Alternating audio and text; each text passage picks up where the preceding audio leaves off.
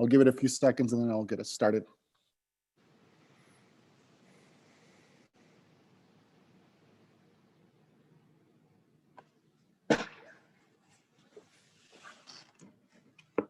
Oh, Mr. Lewis, we are streaming, right? That's the second part of it, because I heard recording. Yes, we are streaming. Okay, excellent. So we should be good to go. Good evening, everybody. Happy Thursday. Go Padres. Tonight, we had our a special board meeting scheduled. We do not have quorum for tonight. So at this moment, I will effectively adjourn for the records. So we will not have our special meeting, but we will have the presentation and the actual town hall portion of our meeting tonight. So I want to welcome everybody that's here tonight to this town hall, and those of you that are following through the streaming YouTube feed, welcome.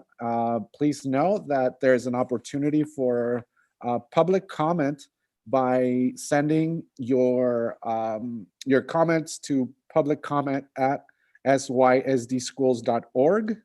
And you can do that prior to 6 p.m. so that these comments are hopefully included, I believe. Is that correct? Can we still take comments prior to 6?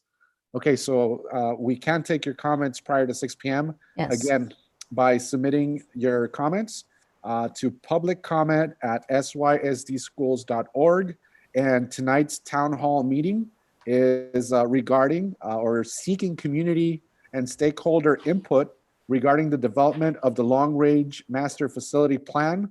And this includes the sites Willow Elementary, Sunset Elementary, and former Bayer Elementary site. So at this point, I would like to now introduce Mr. DiCamillo, who's going to facilitate our meeting for tonight, our town hall meeting, and obviously present the plan for these sites. Mr. DiCamillo from WLC Architects, please take it away. Welcome. Thank you. I hope everybody can hear me. Can the Yes. board and anybody else present? Okay. Good evening, everybody. I'm Jim DiCamillo. I'm president of WLC Architects, and we are the consultant working with your district on a long-range facility master plan. Now, many on the audience here from the district side of the house have actually seen this presentation or a format of it before, and I want everybody to know who has, and maybe those in the community who've heard it.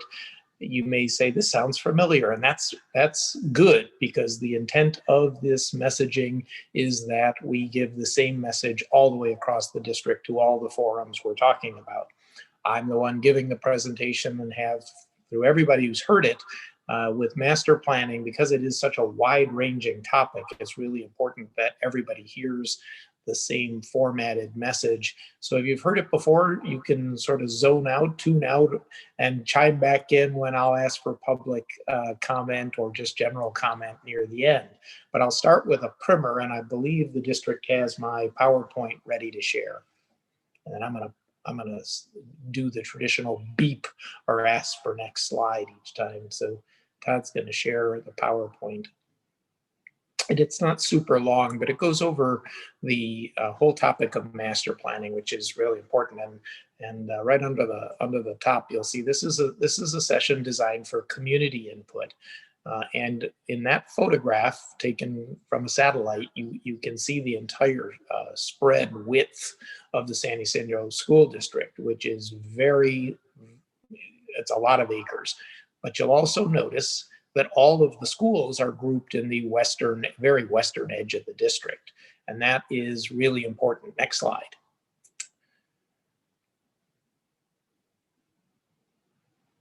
Why it's important is because, again, I do master planning for school districts all over the state of California, up and down, north to south.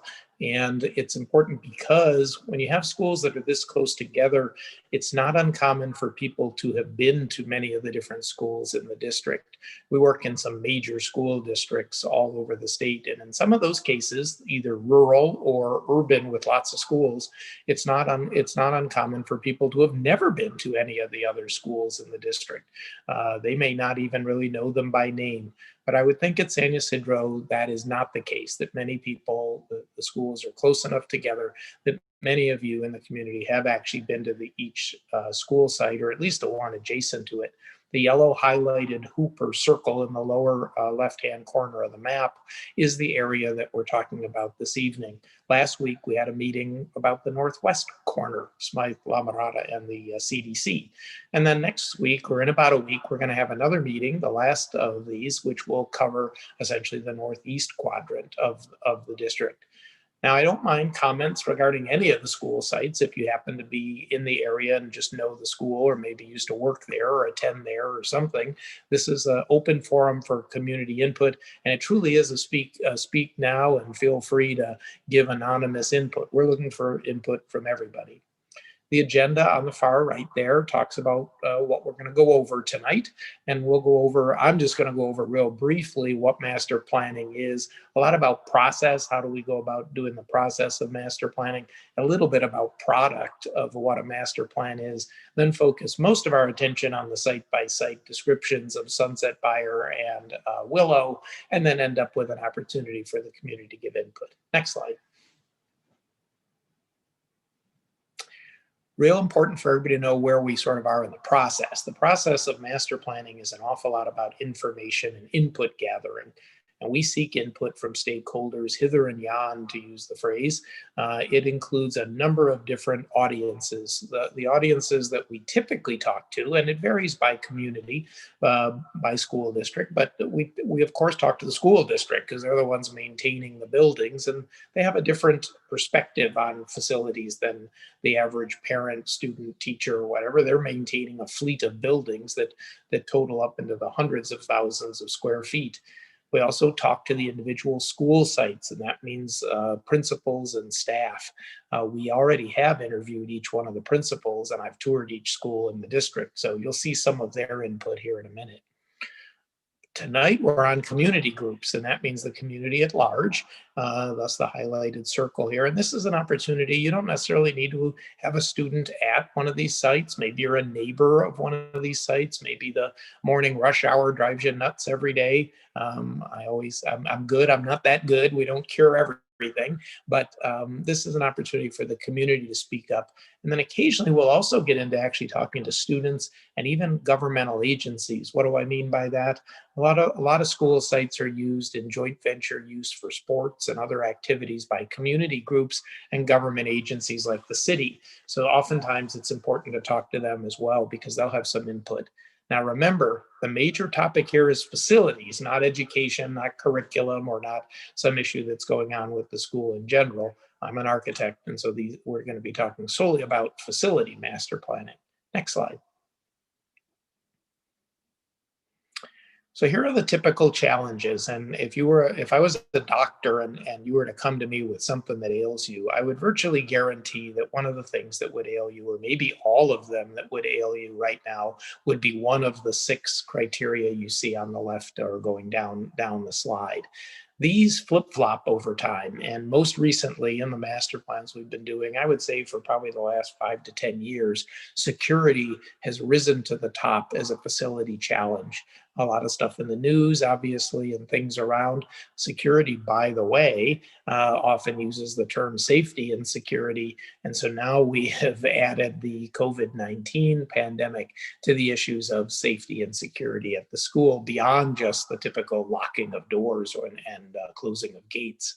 Technology used to be number one every single time, but many school districts were doing well on their original technology install, and many are now looking to upgrade because things like distance learning have really stretched the ability of their network to the limit.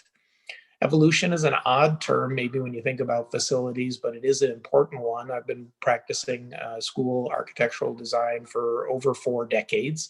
And in the most recent part of my career, we've seen a significant change in the evolution of how curriculum is delivered to students. Much more personalized instruction, much more flexible environments. And so when we speak of evolution, we're not talking about Darwin here. We're talking about how our school facilities might want to evolve. For the parents here this evening, I guarantee you, you'd probably be shocked if you walked in and saw how school is taught today, the mechanics of it, and the ability to reach out to distance learning and bring in experts from out of town who can visually stream into your classroom. To do that, our classrooms need to change. M is for maintenance. Obviously, the school district has a lot of roofs and a lot of parking lots to maintain. There's no sense doing improvements if the parking lot floods or the roof leaks. So maintenance is a constant facility challenge for school districts. Parity is another interesting one that most people don't think about. You're so used to the schools being the way they are. Parity is not equality, but parity means that if I was to go from one school to the other in the district, that I would find the facilities, again, facility master planning, to be pretty at par with each other, thus the term parity. Not equal, the schools were all designed in different eras with different footprints, but there might be parity. And lastly is sustainability, another topic that is hugely important to districts. Not only I don't want you to think of this only from saving the planet.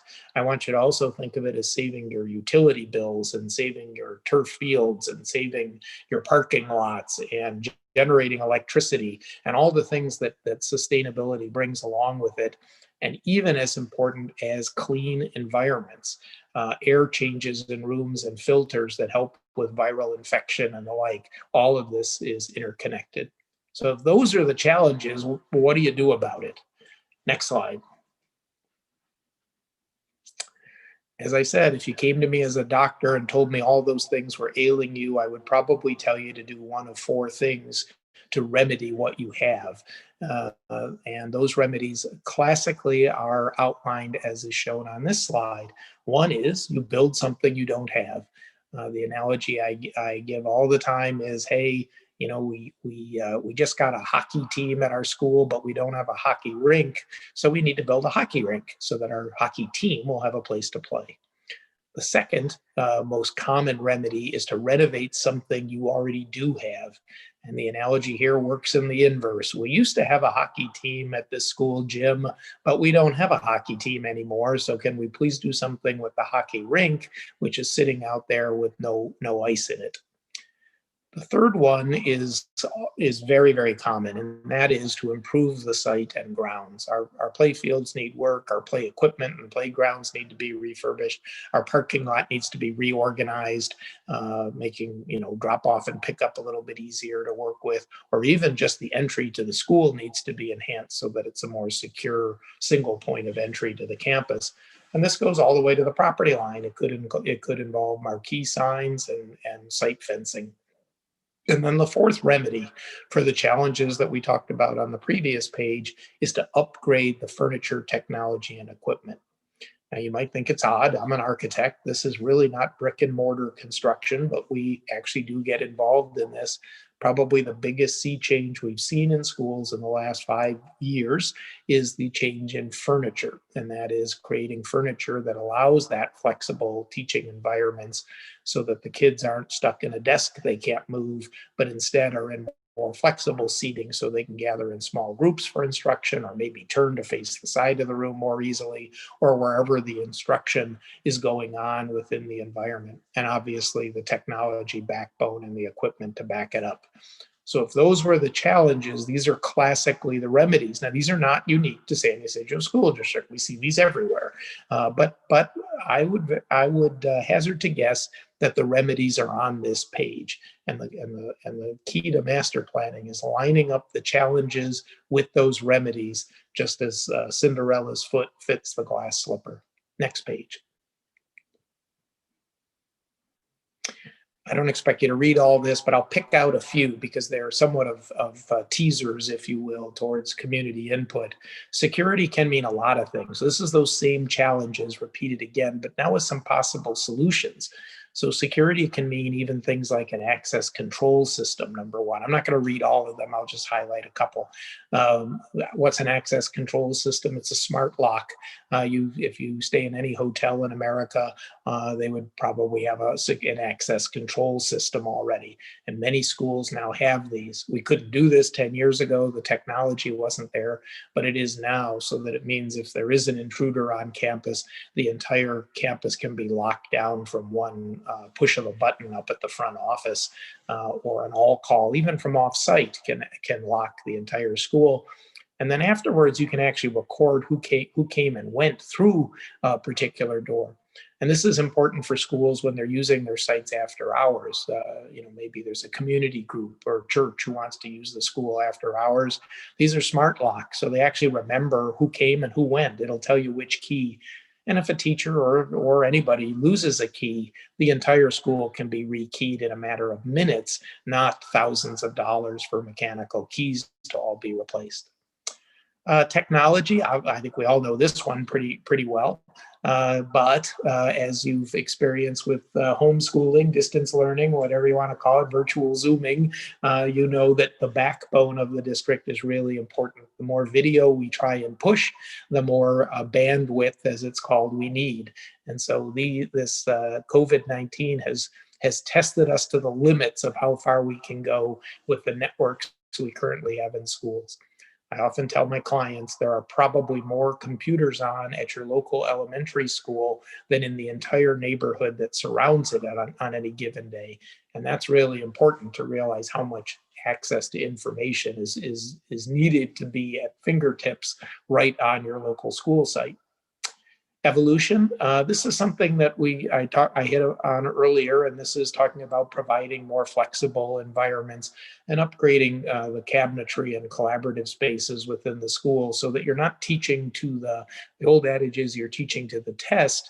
Instead, we think of it, are you actually teaching to the furniture, where the classrooms just aren't flexible enough to deliver a 21st century curriculum. Next slide. Maintenance, of course, is a big one. For those who would travel across America, you could probably go in a McDonald's anywhere in America and find the exact same menu, and you know what you order, or Starbucks for that matter. But there's somebody who's actually taking care of the parking lot and the roof at those restaurants. You don't think about it, but they do. And the district's maintenance staff is keen on keeping their schools in tip-top shape, so that all the improvements we talked about a second ago don't again get destroyed when inclement weather hits. Parity. This one I'll hit on the very first one because it's often overlooked in school districts. It's easy to put in a portable classroom. You have them at many of your sites. It's really hard to take them out. Once they're there, they tend to stay there, even though they weren't really intended for that. But the education isn't exactly the same. When you think about it, the kids have to go outside to go to the bathroom. They're on an open crawl space underneath. They're not designed to last for as long, and the air conditioning systems are nowhere near as energy efficient.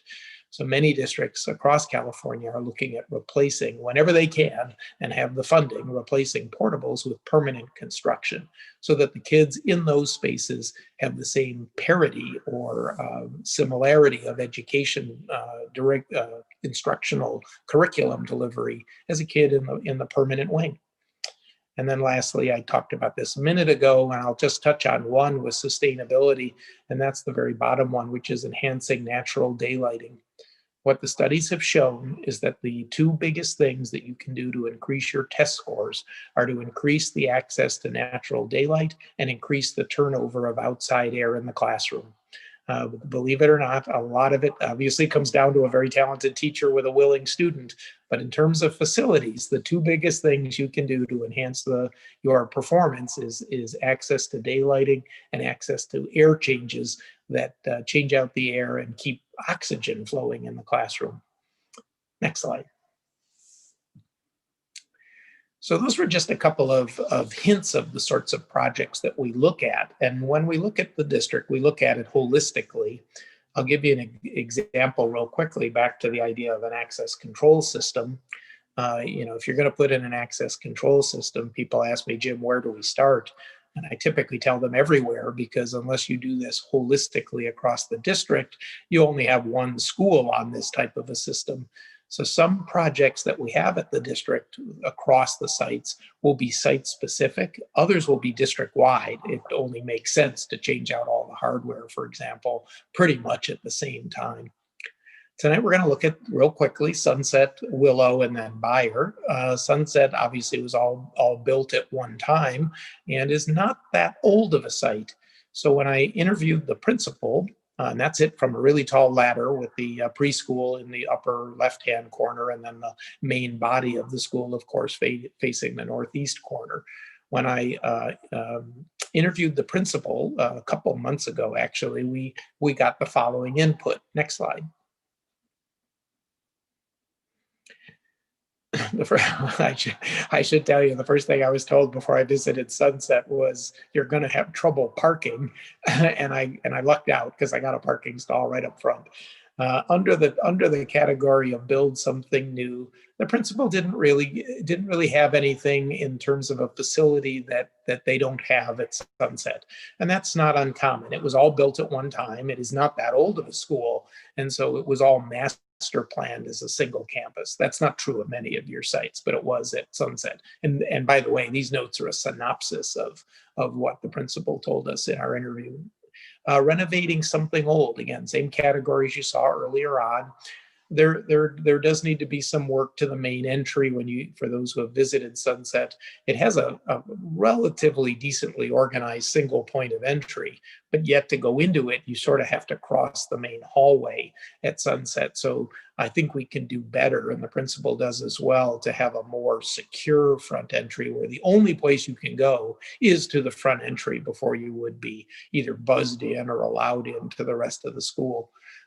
And then for those who have been inside the classroom wings at Sunset, this was designed in an era when we were exploring in a lot of our school projects. I didn't design it, but many architects were, small group instructional rooms.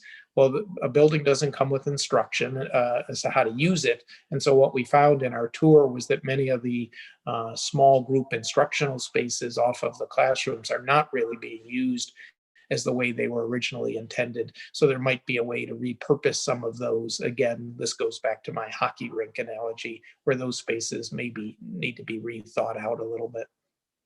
On the site and grounds, I think everybody knows, and I mentioned it, the drop-off lane and parking lot is small, if non-existent, and there could be something done on-site or off-site to increase that around Sunset. It's an urban school. It's in an urban area, not uncommon to have that type of thing. But across the street on the north side of the site is a parking lot that belongs to the district, and it's was never really fully improved with curbs and lighting and the rest that makes it appropriate for evening use or even just getting around and across the street. So that was the other main project that popped up in the principal's list of things that might happen.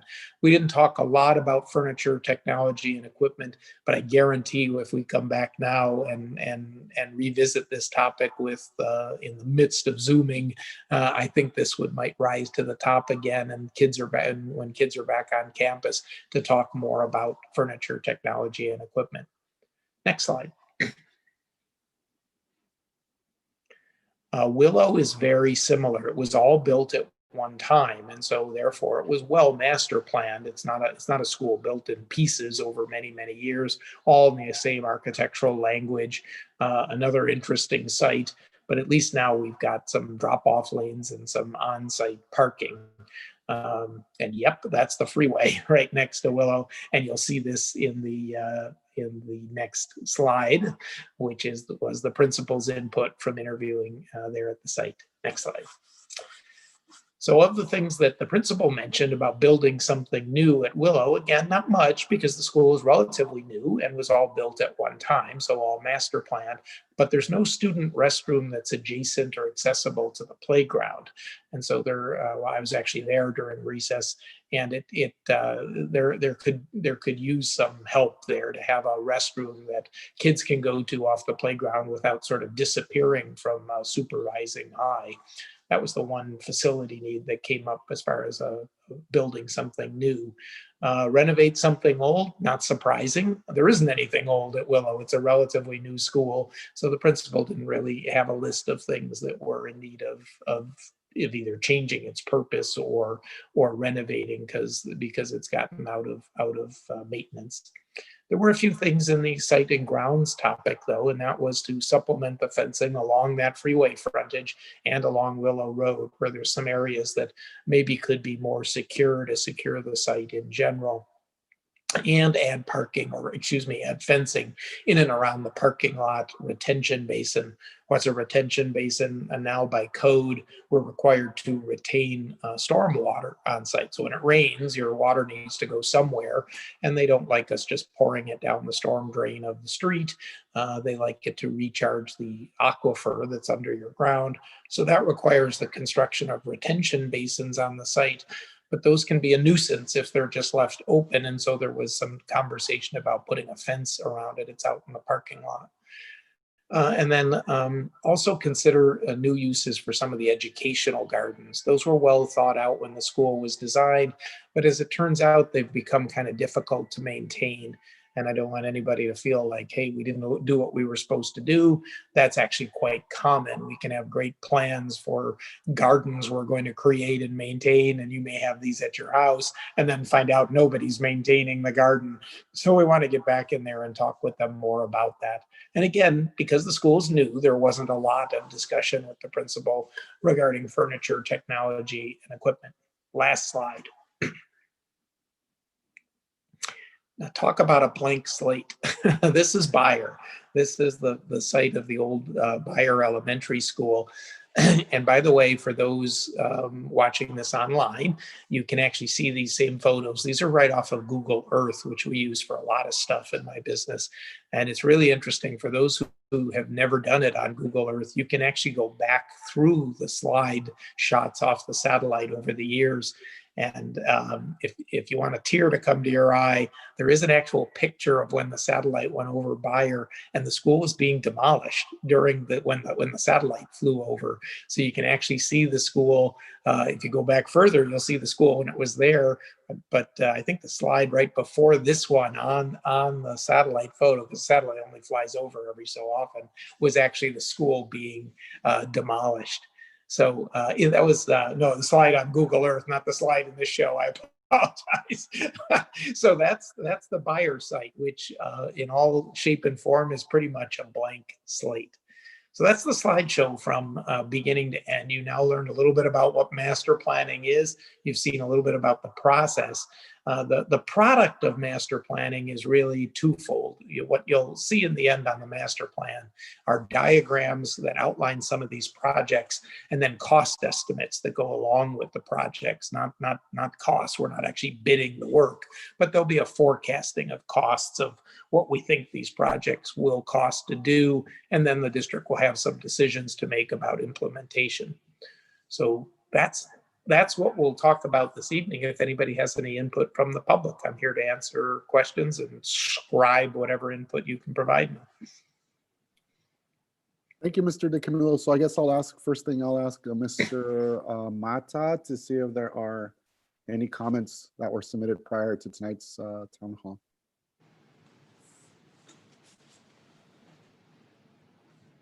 I don't think there are, right? Do we have a method for receiving live comments? One moment, Mr. President. I'll be right back to check on those comments. One moment. Okay. I apologize for the delay.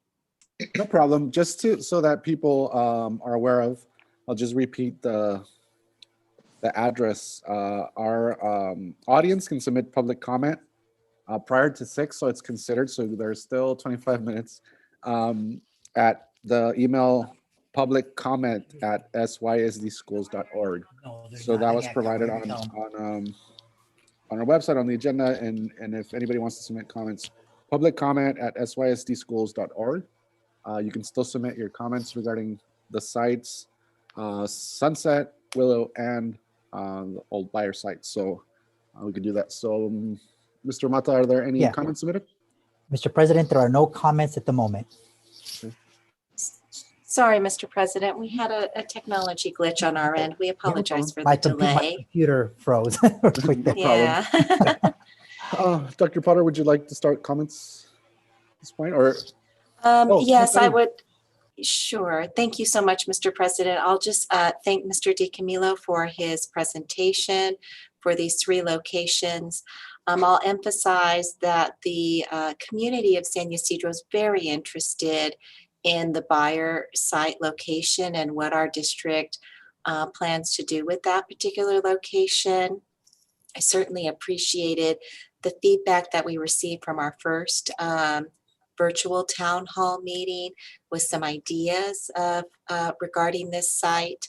And I know that both you and our CBO, Marilyn Adriansen, will work on a survey that we can send out to all staff and families and community members to have access as well, so that they can have another opportunity to provide input to our district regarding not only the 2 schools, Sunset and Willow, but also the buyer site location. Again, we want to be respectful and honor the hopes and wishes of our voters who supported our school district for Measures T and U, and this particular site was of great interest to our voters. So if we could send out that survey, I would greatly appreciate it, Mr. DiCamillo and Ms. Adriansen. Those are my comments, Mr. President. We're working on the body of that survey and content even this afternoon. Yes. And I just noticed Trustee Ms. Irene Lopez joined us. Welcome, Ms. Lopez. I wanted to ask you first to see if you had any comments regarding Buyer or Sunset or Willow. Anything, any input? No, I think Mr. Rio had very good input from both principals, which, I went to Sunset School. I went to school there. So to see it when it was rebuilt was a nice new school. But I thought you meant you went to the new one. no. But I remember that when we went, even though there was input from teachers and staff, they didn't really go by it. And that was the point that was a problem, because I remember that the nurse's office had a little sink. The kitchen in the cafeteria was a little thing, and they said, how are we going to wash pots and pans in that? The teachers also, when they opened the first day, the inauguration of the school, I went to it, and a lot of the people that went to Sunset School were there. We went to the classrooms, and the thing we noticed was they didn't have any space where the kids could put their lunch boxes or their jackets. So the teachers bought these plastic not boxes, like little boxes for them. Cubbies. Yeah. And that was really, to me, I thought we paid so much money and they didn't even have that much for classrooms. So, but other than that, I think I saw much more of a difference in the school. And I'm glad that, you did talk with the principals, because they know what, the parking especially. Oh yeah, that's always yes. Yeah. Now, one of the things I didn't mention, although I talked about it in my preamble, while we're going to do a community survey, just generally canvassing the community, we are going to set up an opportunity where staff can talk with me as well. And I think what we're going to try and do is have it just be one of their regular staff meetings, which they have, every month or whatever, and set that up where we can do a Zoom meeting just like this. So for both the board and staff and the community, rest assured, we will be talking to the teachers as well. We start with the principal because we don't really want to have a meeting where the principal's never heard of this topic and yet we're talking about it. So we always start with the main site administrator and then sort of work out from there. So our next meeting at the sites will be with the staff, and since they're all Zooming right now, it ought to be easy to get everybody together on a single screen, and they'll have just that kind of input. I assume they know their school, they work in it every day, and they'll know some of the little idiosyncrasies that could be improved. Good, thank you.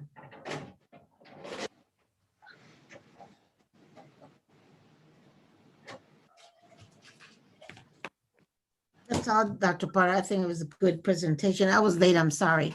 I had to go to Kaiser and I didn't know they were going to do a test on my eyes. I thought, oh God. Anyway, I got to see the last part, but I'm going to ask a copy of the presentation, Dr. Potter, so I can look at it, but still, it's Bayer. It's sad to see what's left of Bayer. But hopefully that the community and our voters that, pushed for this also will be able to, express their concerns or what the ideas they may have, I hope, because I think that's real important. So If I had been in the district years ago and Bayer was there, where would a student go now who would have gone to Bayer then? yeah, that's another one. What attendance area would the Bayer site be in? Willow or Sunset? It was usually West Park, East Park, up to Seaward would go to Bayer. Okay. Yeah. And all the part of Bayer, all the bottom part. Yeah. Yeah. Bayer Boulevard. Mhm. And now we have a new apartments. There is new apartments. So it would probably be, some of those areas. But then also, if that is what we're going to do, but there's a lot of other resources that we can also have there at Bayer that are needed, I think. Oh yeah. No, I'm not suggesting it necessarily. I was curious in Yeah. the past where the kids would have gone that went to Bayer at that time. Mr. DiCamillo, I had a meeting today with our Director of Maintenance and Operations, Mr. Azevedo, and the City of San Diego.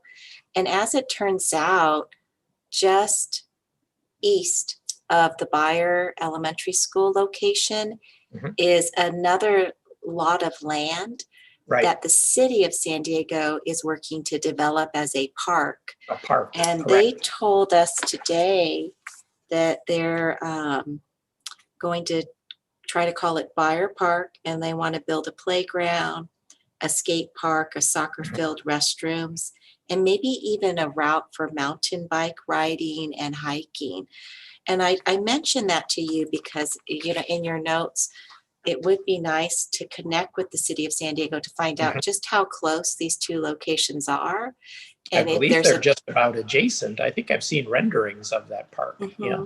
And if there's an opportunity for some joint use between the two locations, that would be of interest potentially. And I did like when we talked about Smythe and the preschool at our last town hall, really trying to reimagine a really nice location for our preschools. Yeah, I think the Bayer site offers the district an advantage. I think many people think of it as a challenge. I think of it as an opportunity.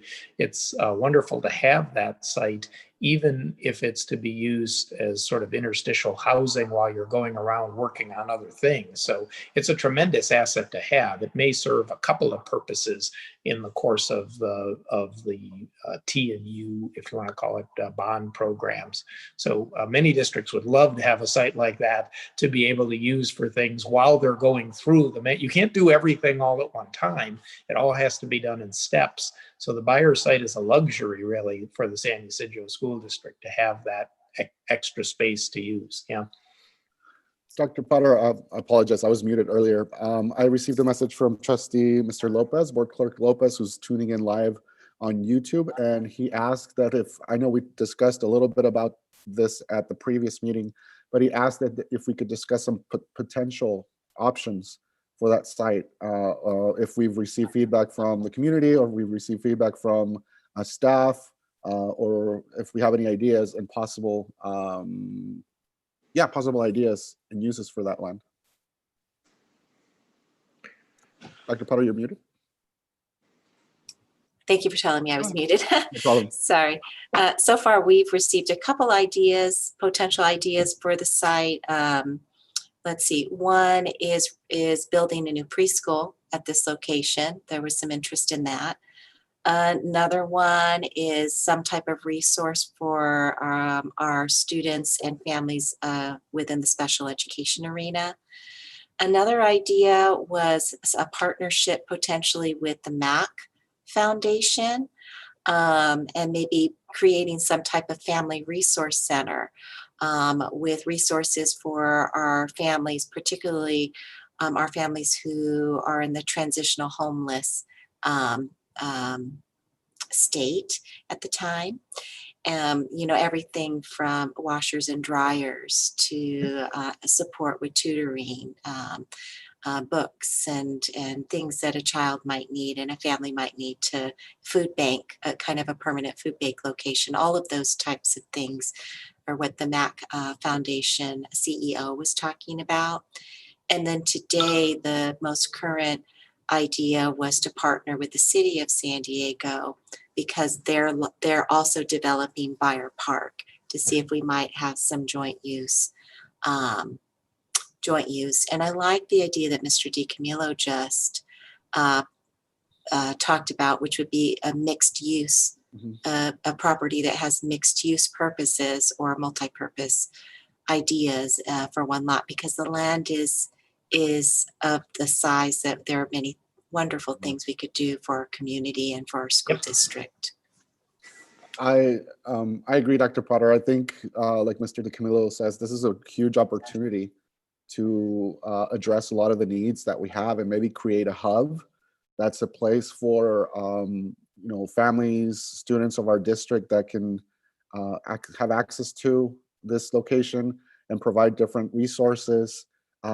Let's be really creative with it, and let's look into the future and not just hold ourselves to let's have just one preschool or one school, because I think we can do something fantastic with that location. It's so big, and like you said, it's going to have green area to the east, and it's just, I think I'm envisioning something fantastic. So let's get all the input that we can have from the community and be creative with what we can do. Obviously, I know we're going to need a lot of money, but if we can partner with the city of San Diego, if we can partner with other organizations, we can create something special. I forget the name of the center that's in the middle of around Market Street. The Jacobs, is it Jacobs Center? It's something like that, where we can have families, space for families, for students, for tutoring, for whatever it is that our students need.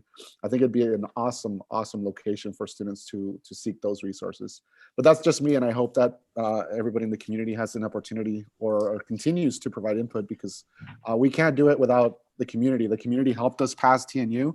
Now we need the community to provide all the input that you can, and all the families to provide input, so that we can make the right decision for our district, for our students, and looking at this in the long run, 20, 30, 40, 50 years from now, so that place is just a wonderful hub of resources, education, and services for our community.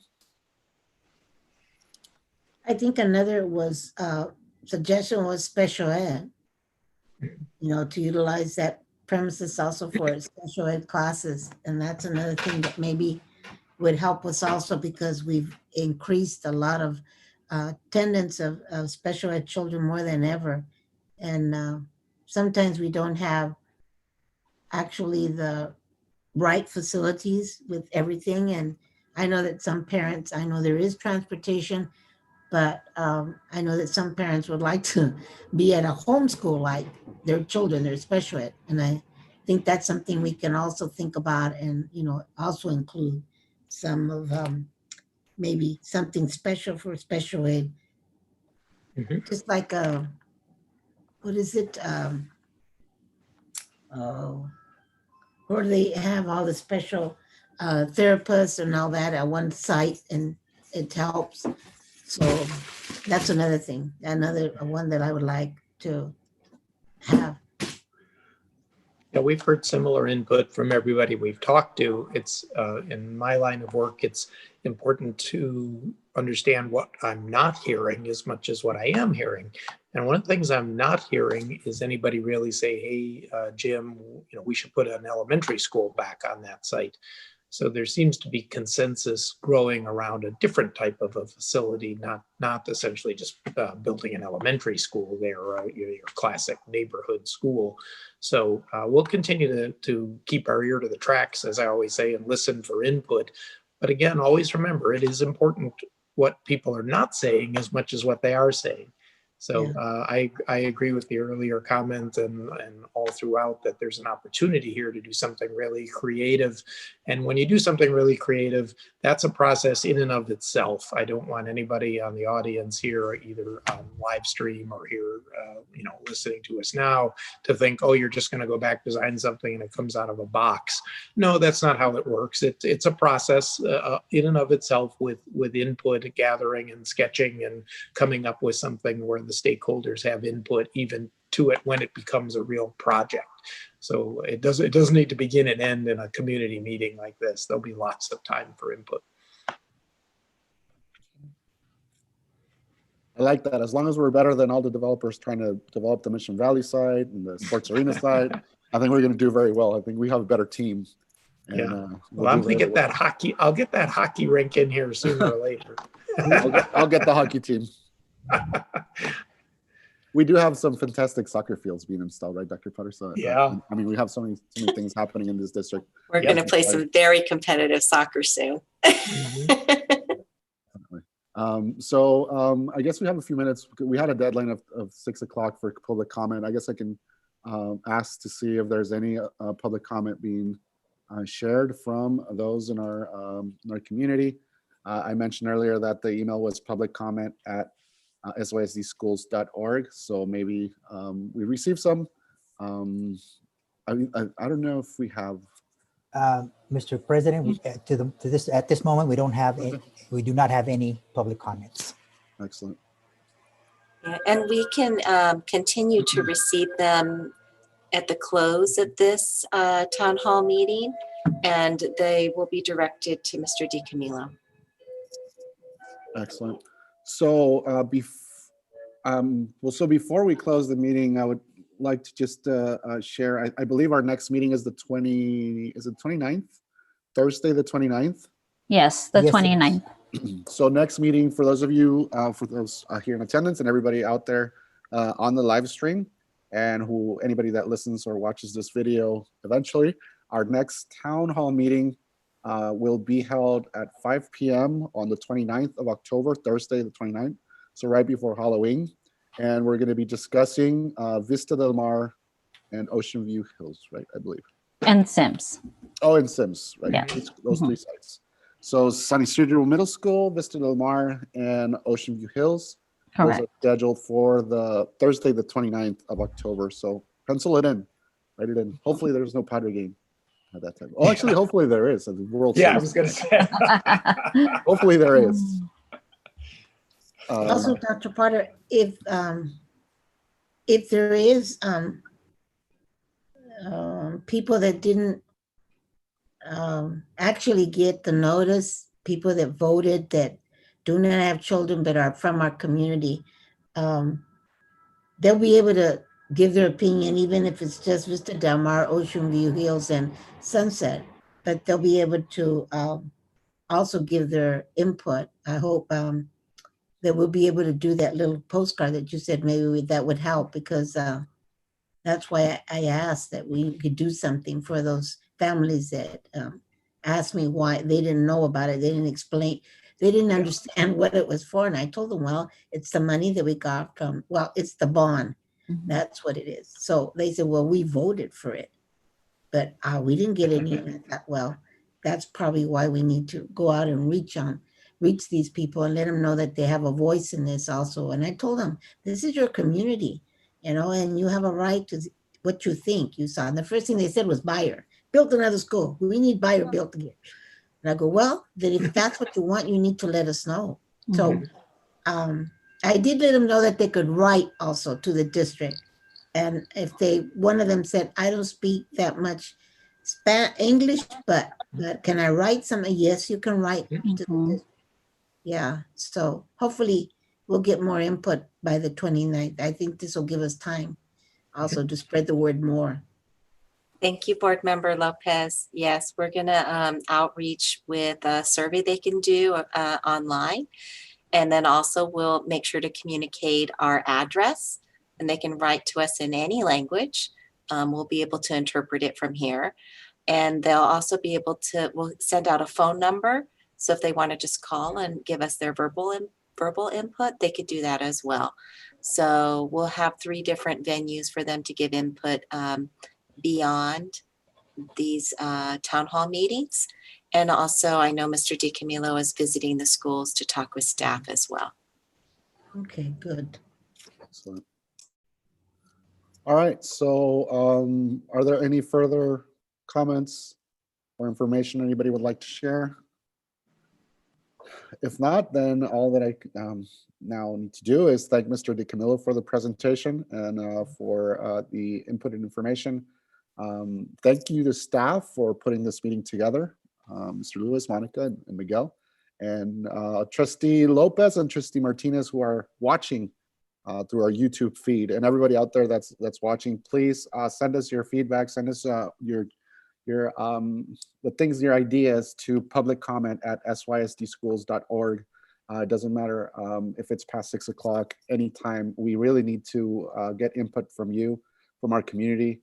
As we mentioned it before, without the community, we wouldn't have passed measures T and U. So now we also need you to support us in providing as much feedback or as much information from what you have in terms of ideas for either of the sites. And then on the 29th, we'll have, again, just to reiterate, our next town hall meeting for San Isidro Middle School, for Vista del Mar and Ocean View. But you can also weigh in on the other sites at that meeting if you didn't have an opportunity to talk about La Mirada or Smythe. You can still talk about that on the 29th. So that being said, all that I need to do is thank everybody and go Padres. And I will see everybody on the 29th. Thank you. Bye, Okay, everybody. Bye. bye. Have a good evening, everybody. You too. Thank you, everyone. Thank you so much. All right. Great job, Mr. Gurilan. Go Padres. Thank you. Yeah. And Just then in good-